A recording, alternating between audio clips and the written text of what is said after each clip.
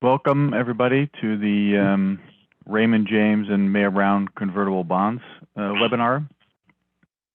So we're very happy to be here with Pete Pergola and Claude DeSouza at Raymond James.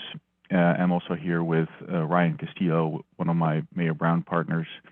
And this is Remmelt Reigersman. I'm a tax lawyer at Mayer Brown. So our agenda for today is really three segments. First, understanding convertible bonds and the market, which Claude and Pete will go over for you. Then I will talk for a few minutes about tax considerations that come into play with convertible bonds and call spread transactions. And then I'll hand it over to Ryan to talk about securities and disclosure considerations. So with that, I will turn it over to Claude to take us into the first segment of the presentation. Great. Thanks a lot, Remmelt. And before we go any further, I wanted to thank Mayer Brown for giving us the opportunity to talk about convertible bonds. It's a favorite topic, as you might imagine. I've been doing this for over 20 years now, and it's an asset class that is quite intriguing for people who are not familiar with this security. It's a hybrid, it's a compound instrument that's frequently used by growth companies, at least traditionally, but over different business cycles, you find issuers from various sectors of the economy tapping the market. And so what we're going to do today is talk you through what's going on in the market. Not the best picture relative to prior years, but then I suspect that a lot of you expect that. And then get into some of the technical details about why issuers use convertible securities, what are the benefits, and then hand it over to Remmelt so he can talk to you about the exciting tax implications of the security. So with that, I'm going to hand you over to my colleague out here, Peter Pergola, and he can take you through the presentation. Great, thanks, Claude. Yeah, and as Claude mentioned, we've been here at Raymond James. I've been here since 2005, so almost 20 years working on converts. I think Claude's well over 20 years at this point. So very happy to be here. Thanks, Remmelt and Ryan, for inviting us to do this again. So I'm on slide 4, which is up on the screen. As Claude mentioned, you can just see from the numbers on the page that the market is a little bit challenged this year. Coming out of COVID, really the convertible asset class was the first security really to start reopening the capital markets. And it was just a banner year in 2020. You can see issuance of convertible bonds alone was almost 90 billion, followed up in 2021 with almost 90 billion at 86.4. And the terms just got better and better. 2020, despite some of the high coupon and low premium kind of rescue financings early on in COVID, 2020 still had improvement of lower coupon versus 2019, about 25 basis points lower, right around 2%, and higher premium. And then that even improved further in 2021 with a coupon average of near 1 1/8% and a premium climbing close to 40%. All of those statistics for 2021 records in terms of my career doing this for almost 20 years. Moving to 2022, you can see, first of all, there's only been 13 transactions and $6 billion of proceeds raised. This is the U.S. convertible debt market, so we're not including outside of the U.S. in these statistics. So clearly, much lower than 2021, where during the comparable period, I think the last we checked on Friday, it was something like 48 billion raised through the end of April in 2021. So down significantly year over year, much like all the other capital raising alternatives out there. And terms have backed off. You see the average coupon is returned to around 2018 levels, 2.4%, and the average premium has sunk back down about 400 basis points to the mid-30s, 34.1% average so far. What does this mean? Well, in a couple of slides, we'll show you some examples of the types of convertible securities that get issued. We refer to the kind of plain vanilla convertible security, which is simply a bond and a call option as kind of the base level, the most popular security that gets issued by companies. It's pretty easy to understand. There's some flexibility in terms of different features and settlement features that go along with that. But by and large, the plain vanilla security is the most prevalent. In markets like this, where there's a lot of volatility, where investors are hurting, Claude and I were just looking at the year-to-date statistics for some of the convert funds, and it's not a pretty picture. I think the long-only funds that we track, on average, are down about 12.5%, which is close to the S&P, still outperforming smaller cap indices like the Russell, but down low double digits at this point, with some up, some down, close to 20%. On the hedge fund side, hedge funds make up about 50%, maybe slightly more, of the investors for convertible securities. They're down on average about 3%. I think probably the range is down 4 to maybe up 4, depending on the specific hedge fund. So it's been a tough year. Issuers that are new to the market, they're unknown credits, are going to struggle to raise capital at the types of terms that we saw in 2021 and 2020. Investors still have capital to deploy for new transactions, but like other asset classes, this is a relative value security. So folks that are looking at investing in a new deal are going to compare that to the securities that they can buy in the secondary market.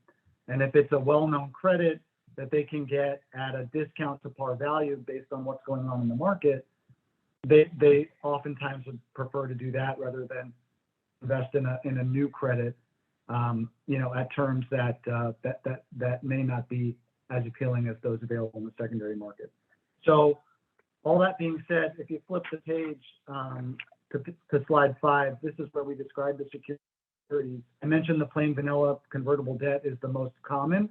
In markets like this, you tend to see more structured solutions. So you moving down, we've got structured convertibles listed second. These are securities that are kind of off the run, off the middle of the fairway. Maybe instead of the standard 5 or 7 year security, you're cutting the maturity down to 3 to make it more appealing to investors. It could have some investor protection enhancements in the form of a limitation on debt incurrence, for example, or maybe some protections in the form of additional value that the holders can extract based on early conversion and other features like that. You're then moving down, you've got true private placement convertible debt. These are, highly structured, negotiated transactions, small groups of investors. Sometimes it's one investor writing a very large check, and these securities have a lot of the same features as structured convertibles, but they also typically have other covenants to add investor protection as well. And then you move down to the preferred securities. These are kind of, I would say, out of favor. I think over the last 12 months, there's only been about half a dozen mandatory convertible preferreds, which would be a true equity substitute security that guarantees the issuer will be issuing common no matter what happens to the stock price between the issue date and the final maturity date. That security is typically used as a acquisition financing tool, but we have not seen many of those over the last 12 months, and even fewer perpetual convertible preferred securities. Given the interest rate environment and the expectations for higher rates going forward, we're seeing less and less perpetual convertible preferred. In fact, I think over the last 4 years, I can only think of 1 or 2 off the top of my head. So again, plain vanilla convertible debt, middle of the fairway. If you flip to the next page, that kind of describes it at a very high level. What is a convertible bond? Again, simply it's a bond. So it's the issuer agreeing to, you're lending to the issuer, and the issuer agrees to repay you in cash at the final maturity, which is typically 5 years, sometimes 7. And then there's also a conversion feature, and this is in the form of a call option. So if the stock price appreciates between the issue date and the maturity date, the investor has the option to convert that security into equity, in which case the issuer may decide to repay that in cash, or the issuer also has the option to repay that through the issuance of shares if the conversion option is exercised.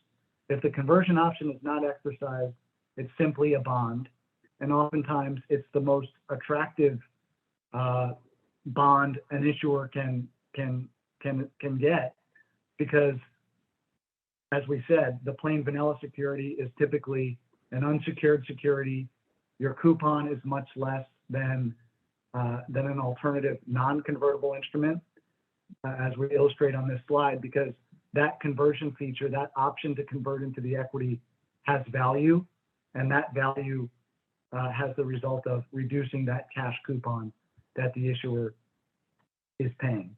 And so, the two sides of the coin are: one, the stock does not appreciate 5 years pass, and the issuer's got to repay the security in cash. Option two, the stock does appreciate. Investors exercise their conversion feature, which they will only do if forced to by the issuer, and that can be through either a call option, or in the example that I'm going over now, at maturity, they exercise their conversion feature, and the issuer has the option to either issue shares, pay in cash, or some combination thereof. And there's accounting implications for either of those settlement options that the issuer has. If you flip the page to 7, we've listed some reasons issuers use the product, and then some reasons issuers don't use the product.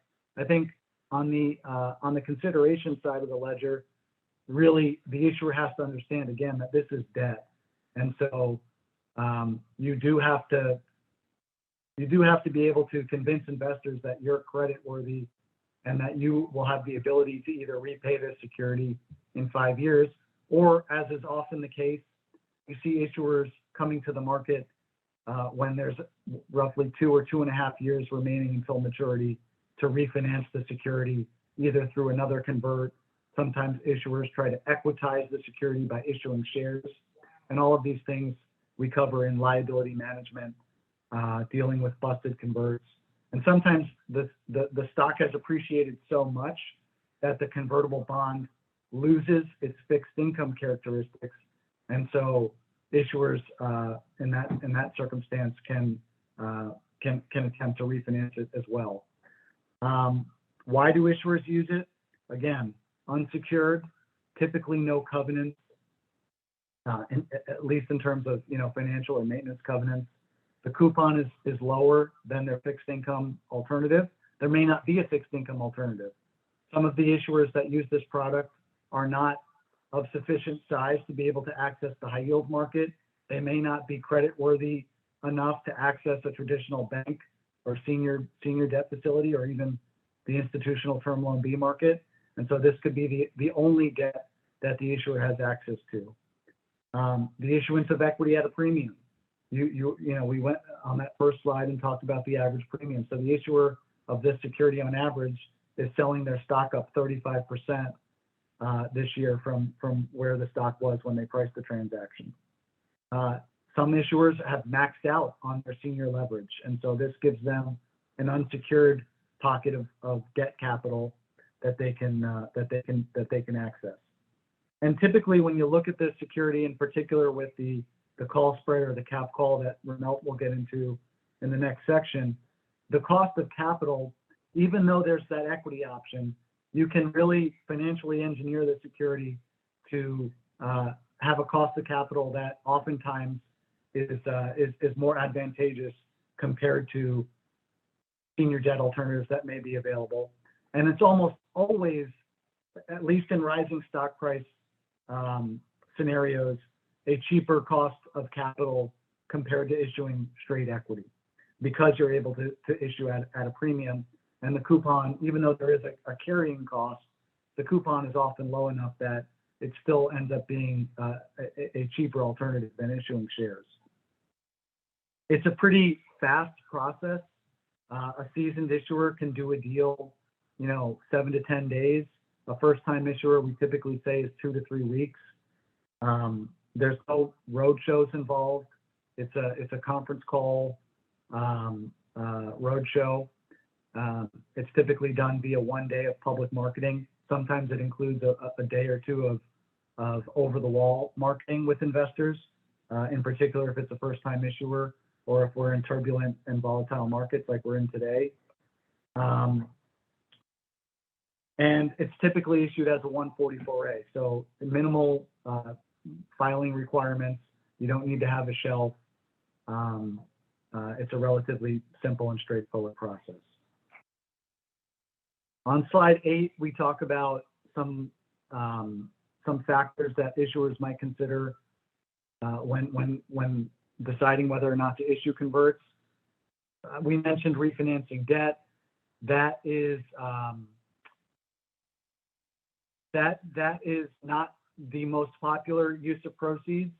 Over the last 2 years, I would say that most of the issues were done simply for general corporate purposes or to refinance another convert that's already outstanding.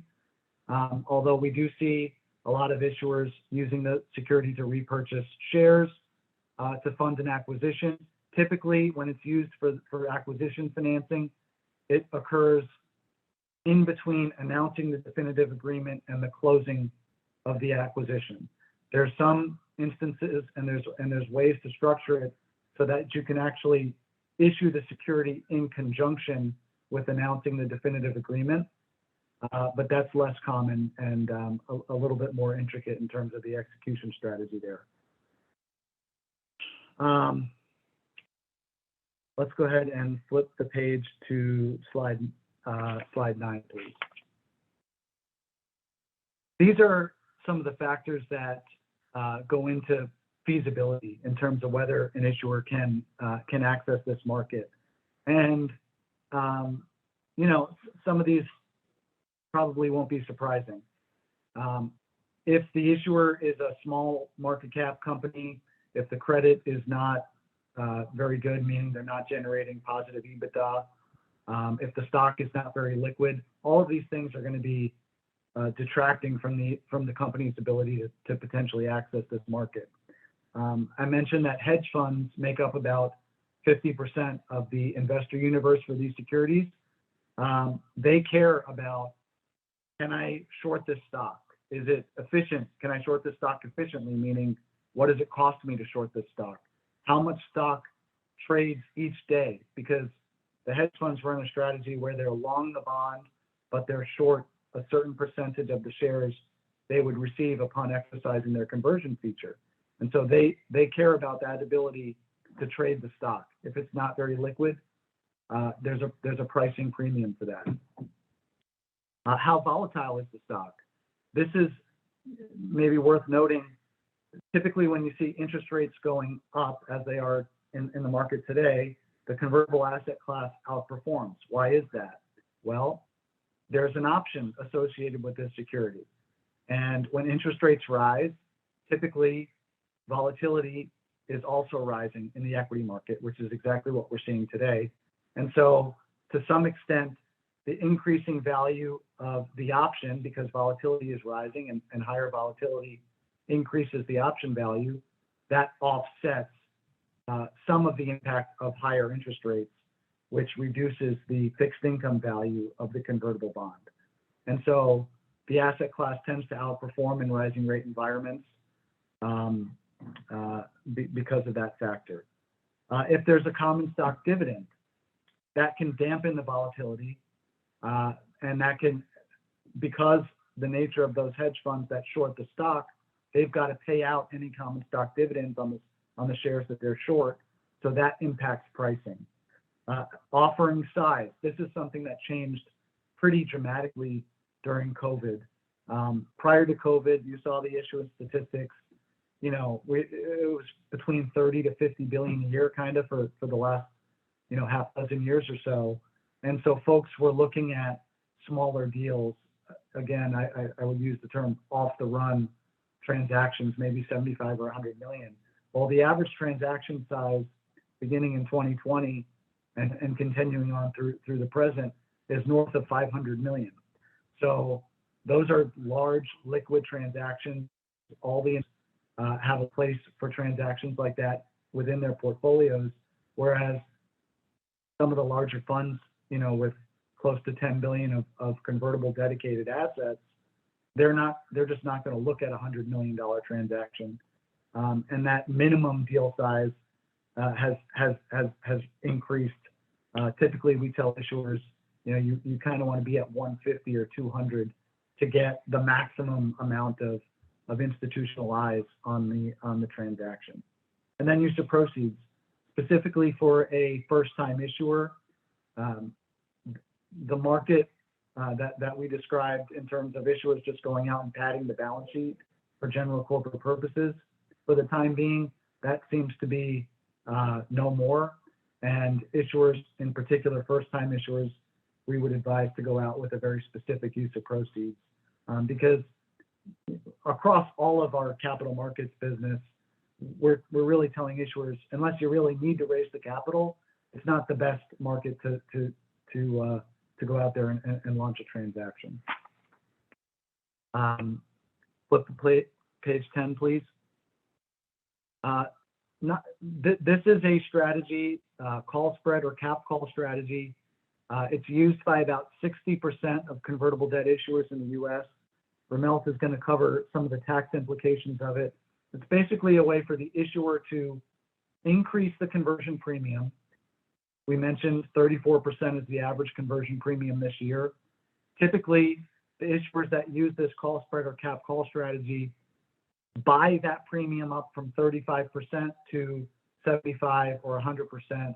Some of the very large liquid companies have even achieved premiums of 125 or even 150%. But the average for the last 3 years is around 90%. So this is a feature. The issuer is paying for this up front, so it reduces the net proceeds they're able to get on the transaction, but it makes the security more debt-like because it reduces the chance that the security is going to convert into shares. And that's why we see issuers using it. There's some tax benefits to using it.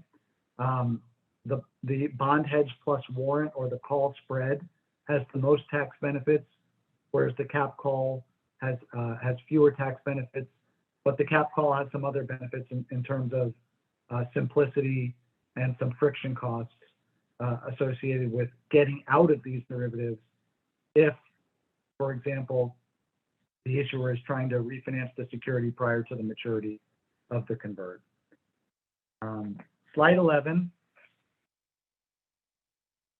I think, you know, self-explanatory. You can leave this for you all to review when the presentation is sent. Just gives you a sense again for average offering sizes. As you can imagine, the more liquid the transaction, the better the terms. So the lower the coupon and the higher the premium. And the same goes really for market cap. The bigger the company, all else equal, typically means that the company's got a better credit profile, it's more liquid, et cetera. That's not always the case, but typically the larger the company and the larger the offering size, the better the terms. Page 12, again, just a breakdown of issuance this year by sector. Tech is usually the most active sector. Last year, consumer was very active. And this year, on a small sample size, it looks like it's tech again. Healthcare is always in the top three, and so really no surprises here on slide 12. And on slide 13, we mentioned refinancing busted convertibles. A busted convertible is simply a convertible where the stock price is significantly lower than the conversion price. And in these instances, there's a number of things that the issuer can do. The most common thing is what we would call a modified amend and extend, where the issuer goes out confidentially to investors and negotiates a new issue and a simultaneous repurchase of the existing convert. And that repurchase can be done either for cash or shares, but in these instances of busted converts, it's typically cash. There's other privately negotiated exchanges that could be executed. We've seen a lot of issuers rely on a 3A9 exemption, which allows them to issue shares to retire the debt without any registration requirements. And I would say least common by far would be a registered exchange. Because this is an equity-linked security, any kind of tender offer or exchange offer has to be open for at least 20 days. And because the value of this security fluctuates based on the stock price, it becomes difficult to price a registered exchange offer appropriately because over that 20-day period, the stock is going to move up and down. And the initial exchange offer consideration may not be sufficient to get investors interested in entering into that exchange. Last couple of slides for us, accounting. They recently changed the accounting convention for converts. It's simpler now. You used to have to separate the debt from the equity and then accrete the debt over the life of the security, which created non-cash interest expense.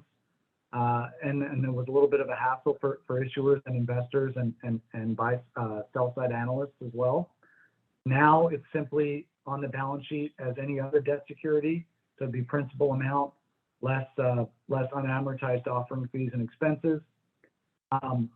The share count is calculated on an if converted basis unless the issuer elects net share settlement. Net share settlement is simply the issuer agrees to pay the holder their par value back in cash and any value above par due to the fact that the stock price is above the conversion price would be repaid through the issuance of cash or shares.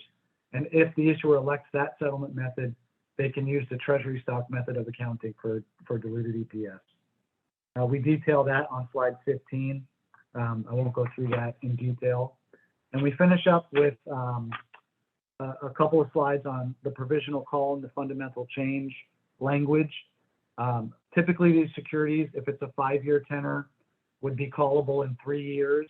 It's called a provisional call or a soft call because it's dependent on not just the passage of time, but also the performance of the stock. So the stock has to hit a certain trigger before the issuer can exercise that call. And a fundamental change, we go into the exact definition here on slide 16, which you can look at when you receive the slide deck. But basically, think of that as a cash takeover of the issuer.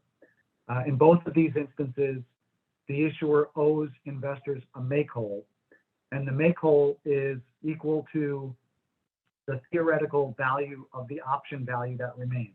So, for example, if there's a call after 3 years and it's a 5-year security, there's 2 years of option value remaining. A calculation is done when the security is issued, which calculates what is the theoretical value of the option at different points in time and at different stock prices. And that table, which we call the make-whole table, is used in both the provisional call and the fundamental change scenarios to compensate investors for that lost value. And if you look on slide 17, we do a theoretical example, $100 million transaction, assuming the stock price was $10 when the convert was issued, a 30% premium translates into a $13 conversion price. And we've got the call trigger price set at a 30% premium to that $13 conversion price, which is the most typical conversion price trigger, call price trigger, excuse me. And we use this a lot with issuers. I mean, the key takeaway here is the most egregious or the largest amount of the make whole happens if the issuer issues the bond and literally the next day is acquired at the conversion price. So in this example, at $13. And in that instance, the economics of the make whole make it such that the issuer had issued this 100 million by issuing shares at $10 rather than through this convert. Put another way, the option value at issuance in this example, you can see at 13 and year 0 is $17.2 million. And that's the value, that's the premium that the issuer was able to sell this convert at. So we'll head over to the tax considerations on slide 20. So convertible debt, and you know, Pete mentioned mandatory convertibles, and he mentioned perpetual convertibles. Those are generally a different creature for tax purposes, and I won't go into those during this presentation. But I just wanted to note that. So you know, this discussion is more kind of the more plain vanilla convertible bonds and debt that you see in the market. So if you see mandatory or perpetual, you know, special tax rules would kick in.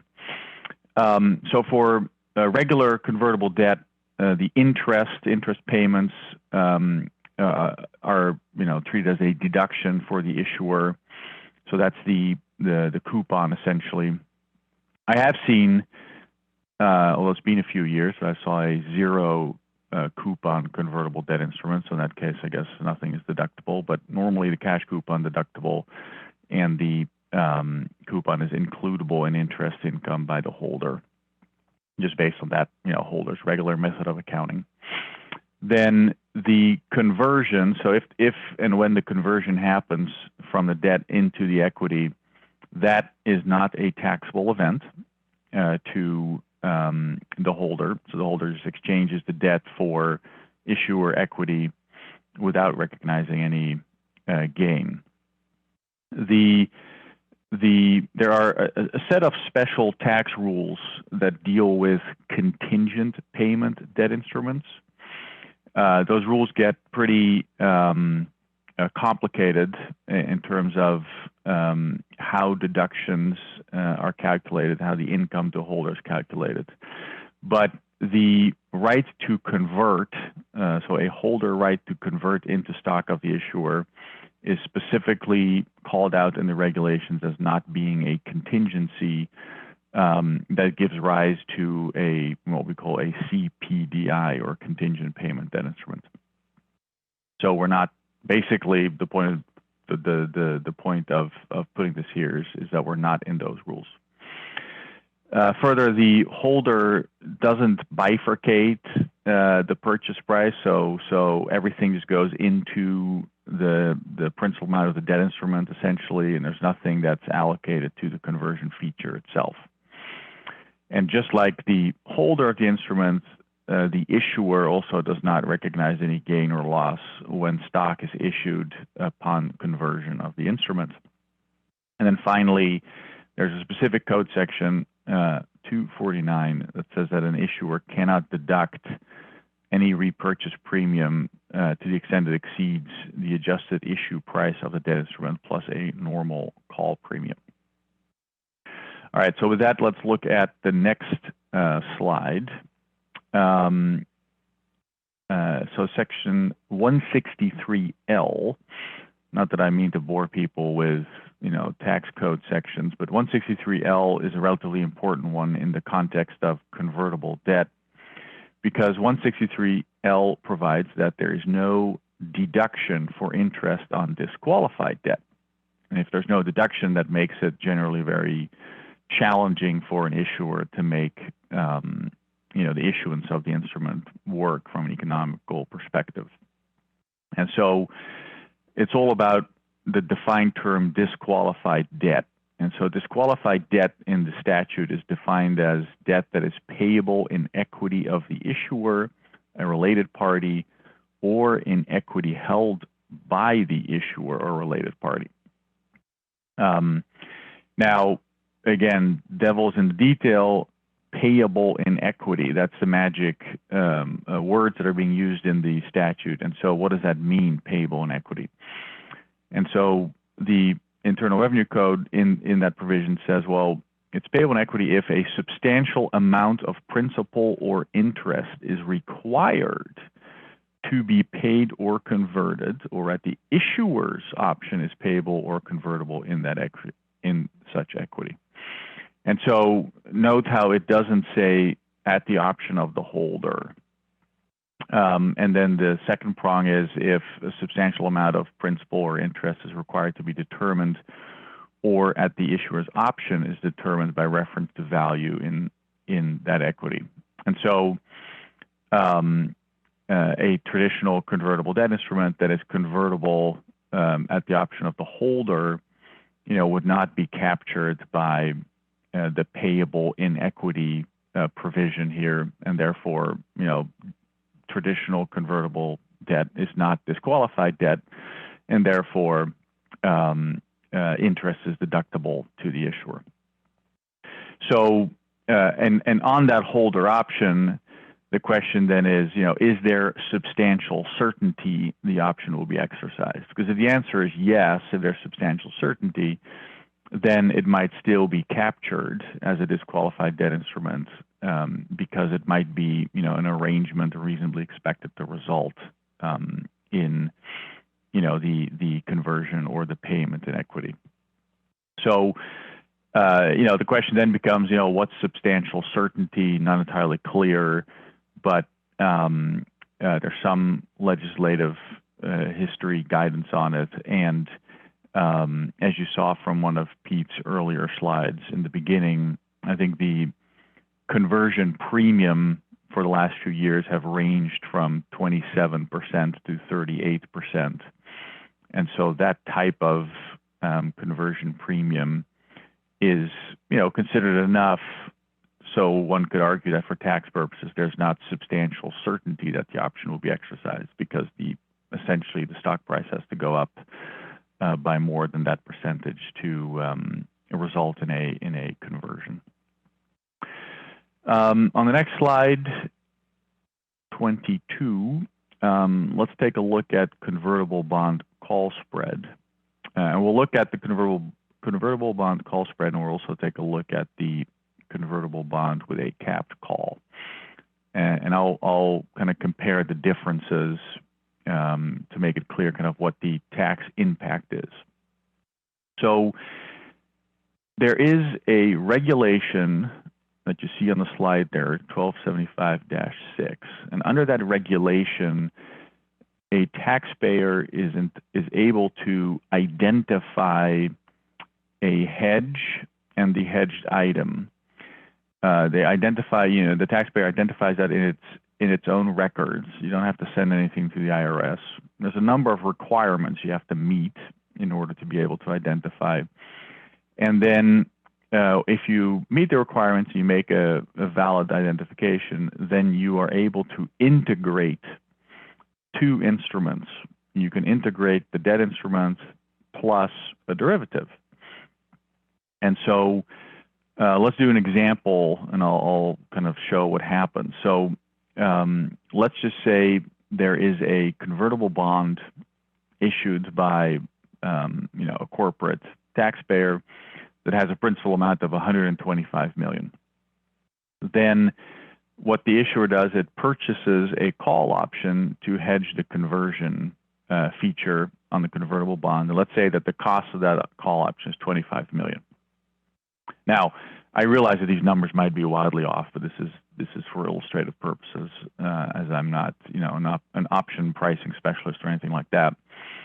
And so when you integrate those two things, so from the issuer's perspective, issued $125 million in debt and purchased a call option $25 million, you have essentially a debt instrument that was issued for $100 million, because that's the net cash that the taxpayer, the corporate taxpayer, received. And the face amount is $125 million. And so there is essentially a discount of $25 million, which is original issue discount. And so the hedge identification under that regulation that's permitted, what that does is it creates $25 million of OID, which equals the value or the cost of the call option. And so what happens is that is treated as original issue discount for tax purposes, which means that it becomes deductible over time. So let's say it's a 5-year convertible bond, that $25 million becomes deductible over 5 years to the issuer. Now, typically in a convertible bond call spread transaction, the issuer also issues a warrant. It issues a higher strike warrant, and in my example, the issuer receives $10 million for that. Now, the tax magic is that the call option is integrated with the bond, but the warrant is not.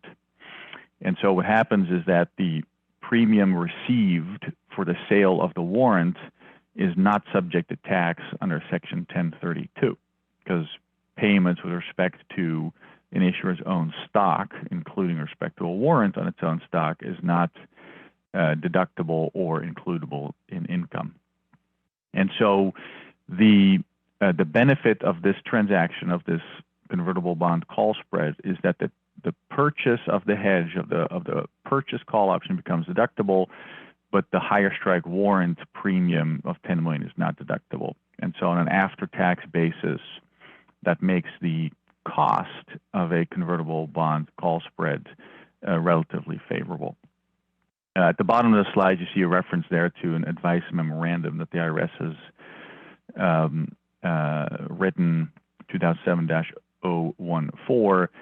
The IRS describes one of these transactions, and it kind of goes through the parameters under which they view it to be acceptable, and there needs to be sufficient differences between the call option on the one hand and the warrant on the other hand to avoid there to be a deemed integration of the whole package.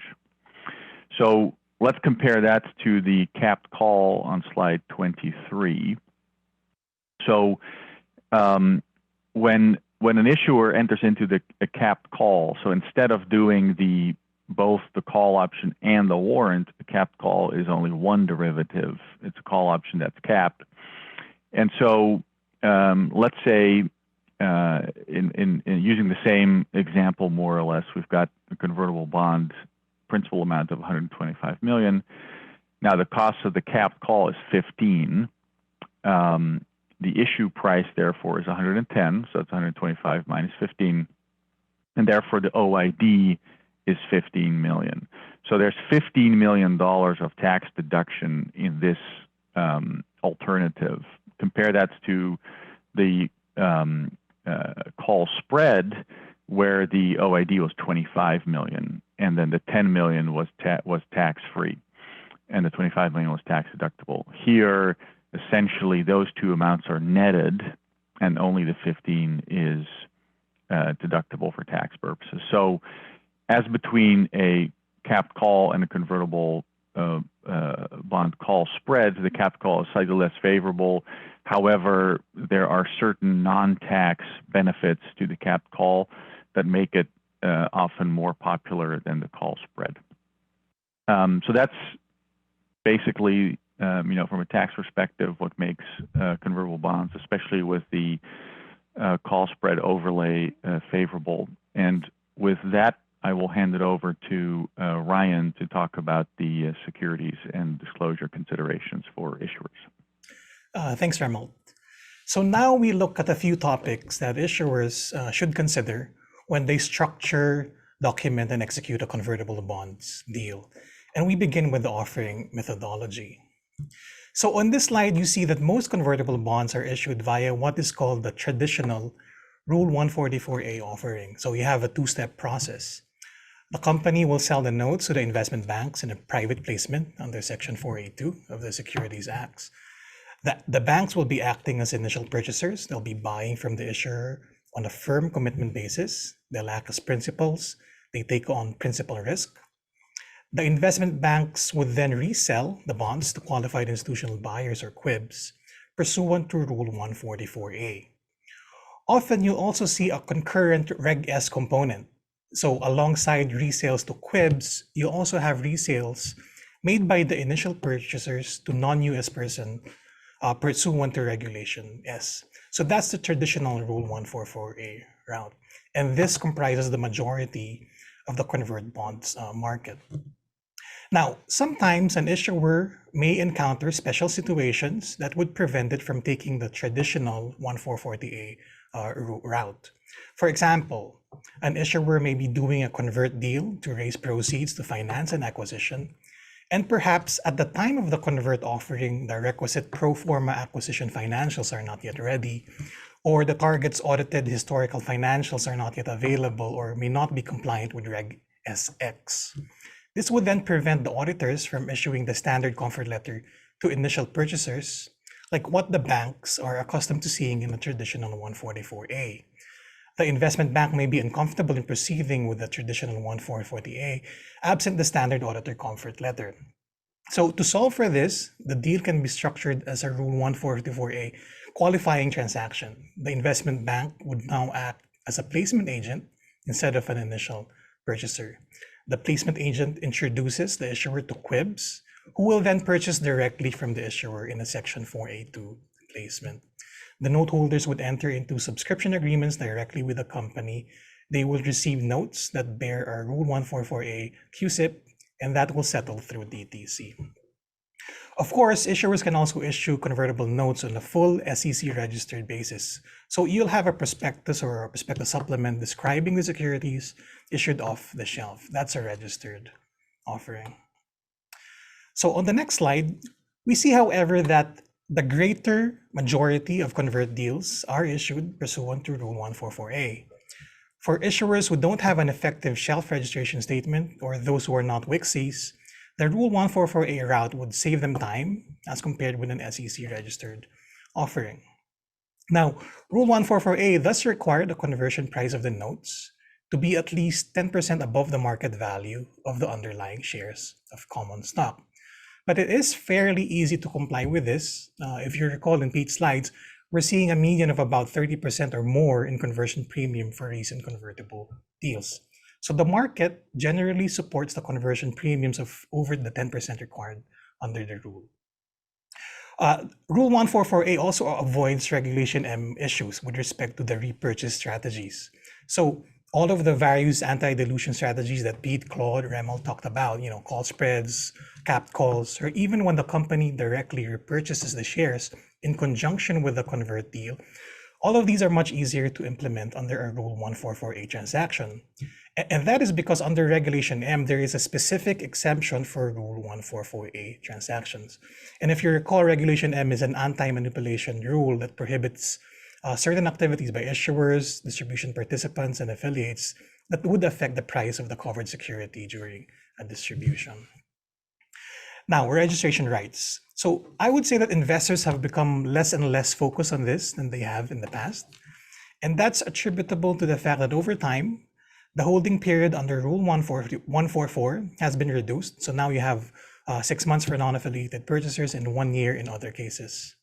So instead of a reg rights agreement obliging the issuer to file a resale registration shelf, what you'll have instead are undertakings in the indenture asking the issuer to take steps that would allow note holders to sell under Rule 144.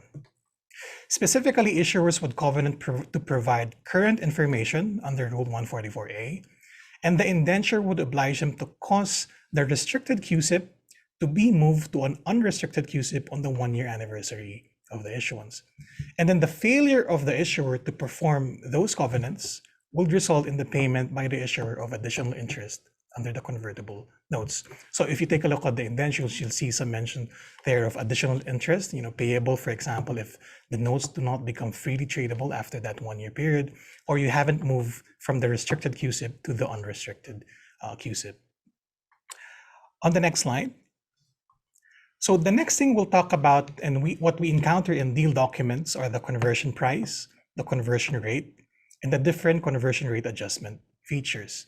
You'll encounter these in the description of notes and in the indenture, and they're pretty important because they affect the economics and they impact the notes during its lifetime. So just to recall our concepts, the conversion price is the dollar amount needed to receive 1 common share upon conversion. The conversion rate, in turn, is expressed as a number of shares into which each 1,000 principal of amount of notes is convertible. So in our example here, if the last reported sales price of the common stock is $20 per share, and the notes are to be issued at a 25% premium, then the initial conversion price would be $25 per share. The initial conversion rate, on the other hand, is simply 1,000 principal amount of the notes divided by that $25 conversion price. So the initial conversion rate here would be 40 shares. A holder would receive 40 shares per 1,000 principal of amount of notes that it holds and chooses to convert. And we'll see here that the higher the conversion rate, the lower the conversion price. So the greater number of shares you receive per the amount of the notes that you have, you're effectively paying less for the conversion price. You have an inverse relationship.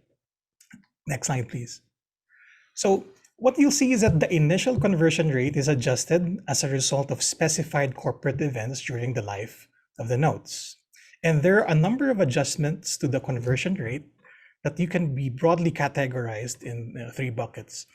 First, you have what we call anti-dilution adjustments that the issuer makes in cases of stock splits, stock dividends, or stock combinations.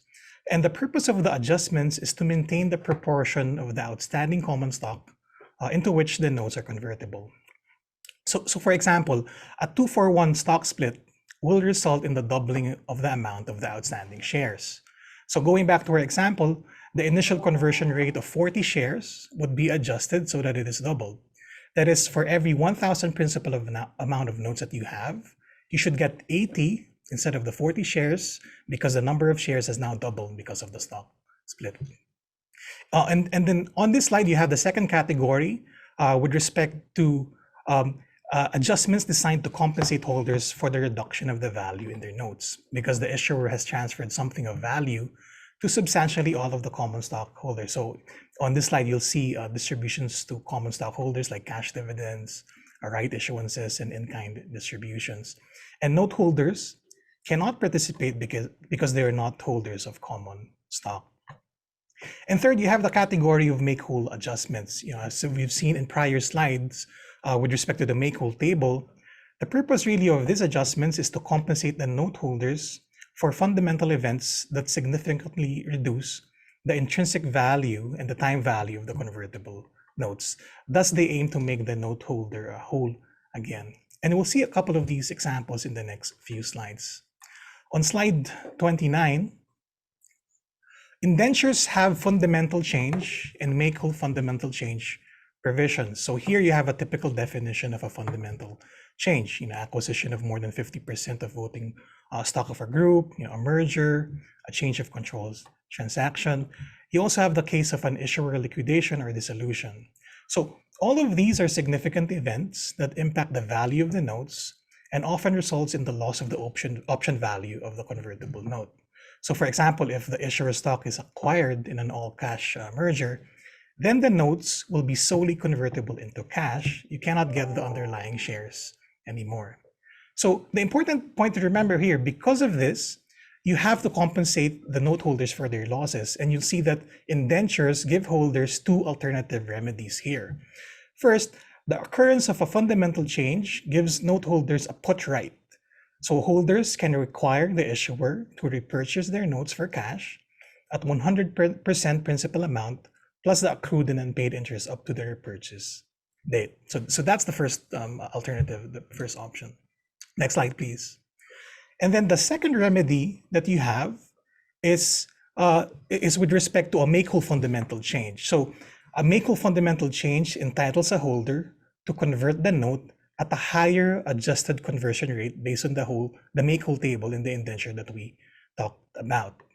Also, you'll note that in a number of indentures, the sending by the issuer of an optional redemption notice for the notes will also be considered a make-whole fundamental change. So at the bottom, the note holder really has a choice, either to one, exercise the put and require the issuer to pay cash at the principal amount of the notes, or alternatively, it can convert the notes at the make-whole fundamental change adjusted conversion rate. Next slide, please. And then related to that, we have the topic of redemption. So if you think about it, really, redemption enables an issuer to shorten the life of the bonds either directly by repurchasing the notes on a specified redemption date, or indirectly by forcing the early conversion by the note holders. And holders usually have until the close of business day of the immediately preceding day before the redemption date in order to convert their notes. And the principle is basically the same too, like similar to fundamental changes and make-whole fundamental changes. A redemption cuts short the interest payment stream on the notes, and it reduces the time value in the embedded option in the convert. So, you have this option with respect to like the issuer exercising that redemption option. So the last point we'd like to make here is that really there is this interplay between the issuer's right to redeem on the one hand, and then the holder's right to convert the notes on the other, as well as the issuer's right to elect the settlement method for the conversion. There are a lot of mechanical and technical items in the indenture and related plumbing that should all be aligned in the deal documents. Okay, next slide, please. So in structuring the deal, issuers should also be focused on applicable securities exchange listing rules. So both the NYSE and NASDAQ listing rules require shareholder approval with respect to certain transactions. So for instance, shareholder approval is required if a company issues shares or securities convertible into shares representing more than 20% of the outstanding common stock. So both exchanges also consider the potential in case of exchangeable securities for shares to be issued in excess of that 20% threshold. So here, counsel will usually deal with this by adding a stopper or like a blocker provision to be included in connection with certain conversion adjustments. So it's really important to look at these when structuring the initial issuance of converts, as well as the subsequent issuance of the underlying common in the future. Generally, however, though, you will have like some exemptions under NYSE rules that you can rely on. So for example, in the NYSE has exemptions for any public offering for cash, and any non-public offering issuances, so long as the issuance is made for cash and at least the minimum price. So you can meet the minimum price condition if your conversion price is higher than these two prongs. And take note that this new amendment has replaced the bona fide private offering exception prior to 2021 that most people are familiar with. Next slide, please. The last point that we'd like to make is that the associated antidilutive transactions that we talked about. So, for example, the capped call, the call spread, all these things can raise tax issues. They can raise accounting issues as well as corporate governance and housekeeping issues. So all of these should be considered and reviewed. For example, in connection with the offsetting anti-dilution matters, the issuer will have to consider disclosure matters, including making sure it does not possess any MNPI or material non-public information, because the dealer counterparty will expect that representations being made from the issuer to that effect in the deal documentation when they, for example, enter with respect to the capped call or the capped spread. As another example, the issuer, if the issuer chooses to undertake open market repurchases, it will need to consider certain conditions with respect to Rule 10b-18. So at the end of the day, it will be useful for the issuer to understand how a dealer will approach its own hedging in connection with any of the offsetting transactions, because that will really affect the documentation and it has the potential to affect the issuer's common stock. So I think with that, I'm going to thank everyone for attending today's discussion. I want to say thanks to the people from Raymond James, Pete, Claude. It's been a pleasure, Remmelt. And yeah, thank you everyone, and hope everybody has a nice day.